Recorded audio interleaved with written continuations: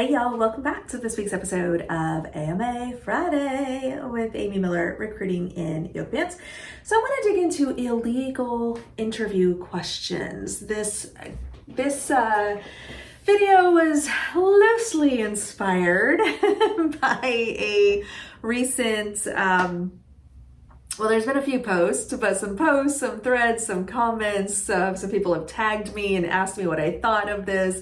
There's a lawsuit out there right now. There is a gentleman who is bringing, I think they're looking at a class action lawsuit against a particular HR tech system and claiming that the AI screening tool or something. I don't know all the backstory. I don't remember all the details from the article that I read, was discriminating against, in particular, this is a gentleman who is Black, who is over 40, and who also has a disability. So these three categories, there is, again, kind of this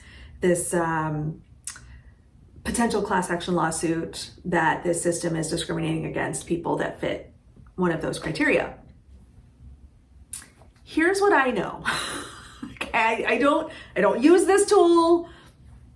I don't know anything about the case other than what I read online, so y'all can Google it if you want. Workday class action lawsuit is what I Googled. Interesting rabbit holes to fall down if you're so inclined. But I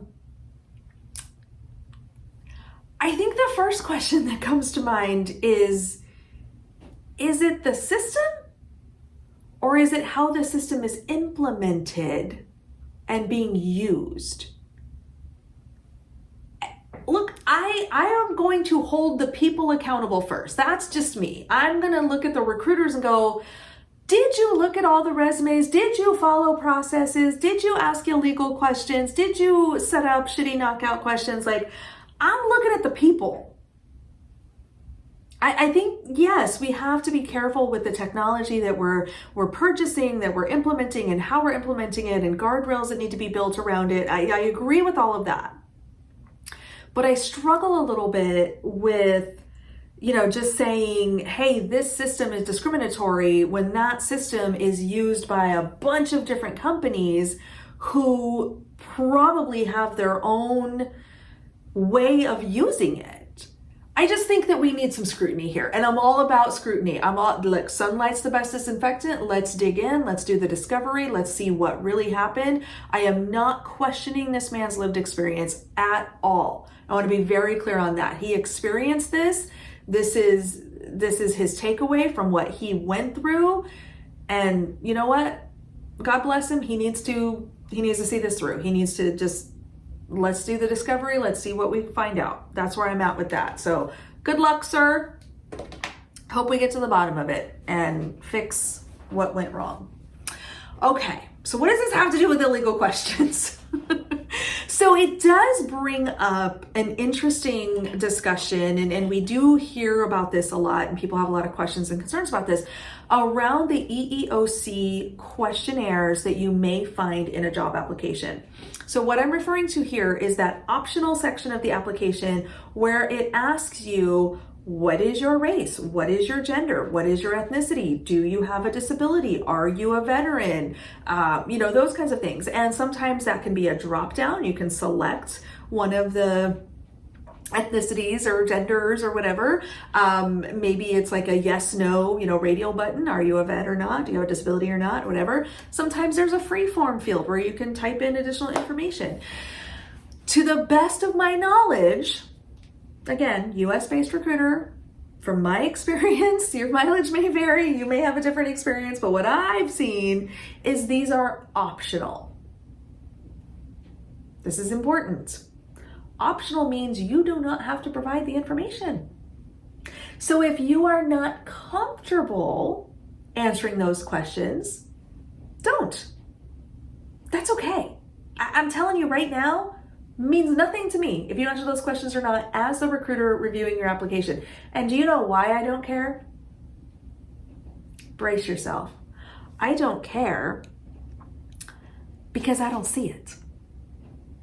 From my recruiter seat in the ATS, looking at all of my incoming applications, I look at your resume. That's it. That's all I look at. Even if I were to dig in and start poking around the forms and, you know, all the things that you're providing us, I don't see the EEOC questions. I don't at all.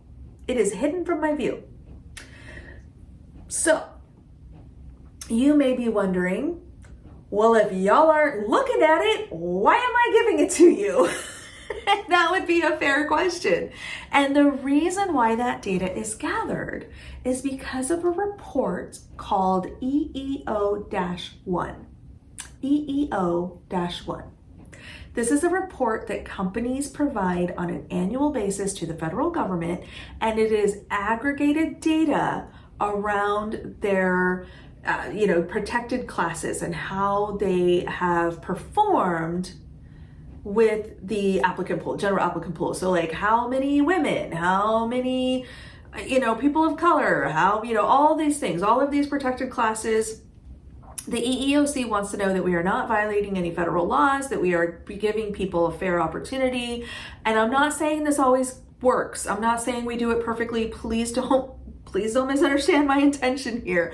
I'm simply trying to share with you what it looks like on the inside, how that data is aggregated and used.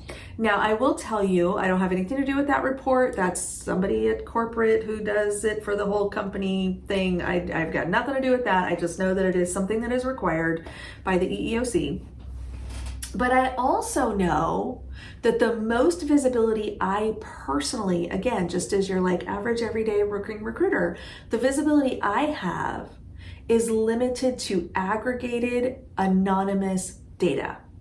I have had access to like different dashboards or, BI type reports, those kinds of things where I can see funnel metrics, which will tell me, okay, in this job family, software engineering across the entire organization or entire business group or, whatever, there's usually some limited filtering that we can do. But I would be able to say, oh, we had, 1,200 software engineer applicants and only 4% were female. Damn. Women don't like our jobs or whatever, we can kind of see that, but I can't further click in to see, well, who were the females? Who were the 4%? Let me go look at their resumes. Like, that's not an option to me. That is not available to me. I simply can see that aggregated data that hopefully tells me a little bit of a story or how I'm performing against expectations or how I did against last year's numbers or whatever. So there are entire teams and DEI programs and people who manage and drive these things. As a recruiter, I'm just simply trying to know what I can do to be better, to be more inclusive, to be, that's what I care about. I want a better experience and better opportunities for everybody and to really even the playing field, right? But can they code? That's one of the shirts in my shop, right? But can they code? Because that's ultimately what we want to know. Can you do the job? I digress. Anyway, so that data, not only is it optional, which means if you're not comfortable answering the questions, you shouldn't answer the questions. But if you do answer the questions, there is actually a good reason, like it is used for this reporting and for this insight so that we know what we need to improve on. You cannot improve what you do not measure, right? You've heard me say that before, I'm sure. Okay, so that's that part. Very quickly in our last couple minutes together, I'm going to talk about illegal interview questions. What I told you I was going to talk about, right? And I waited till the very end. Illegal interview questions. Do not confuse a questionnaire on an application with an actual interview question. This is a different part of the process. So the interview question, you and I are on a call, I'm doing my recruiter phone screen, and I say, so, you married? No, not allowed. Has nothing to do with your ability to perform in role, okay? Your marital status is none of my business. I also cannot ask you how old you are. I cannot ask you if you have any children. I cannot ask you where are you from, or what's your accent? That would be anything that would give insight into any of your protected class statuses, your race, your gender, your ethnicity, any of that. I cannot ask those questions. And I shouldn't ask those questions because what the hell does it have to do with your ability to do the job? Nothing.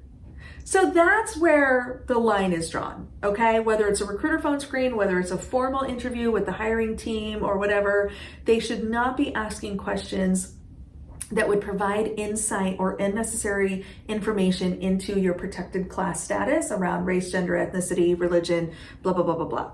That's the illegal question, okay? So if you get that question or a question like that feels like it violates something, all you have to do is just say, can you help me understand how this impacts my ability to do the job? Can you help me understand how providing an answer to that question helps you learn more about my ability to perform and role? If you say that, I have a feeling they'll back off pretty quickly. Or you could just flat out be like, did you just ask me an illegal question? And then see how red their face gets. Just saying. So hopefully that helps y'all. I don't want to belabor this point too much. I think there's a lot of emotion around this topic. A lot of people who have some very unfortunate, truly lived experiences that just go to show that we have a lot more work to do around this topic. And it's just something we need to get comfortable talking about. It's not easy. It's not easy. It's not fun. It's hard to like hold up that mirror and you know, recognize like where you went wrong or what you personally did to maybe blow this. I mean, I'm speaking for myself as a recruiter, as somebody who's responsible for helping people move through this application process. It's hard, but it's necessary. All right. So hopefully that helps. Again, gave you some food for thought. That is the goal of this channel every week, is just to give you some things to think about. I will never have all the answers. I just want to help you form the right questions. All right. So let me know down below what you think. Was this helpful? Did this clear up any confusion you might have had? Is there anything else on this topic that you'd like me to discuss? I'm listening. So let me know down below. Drop a comment. I read all of them. And we will see you next week.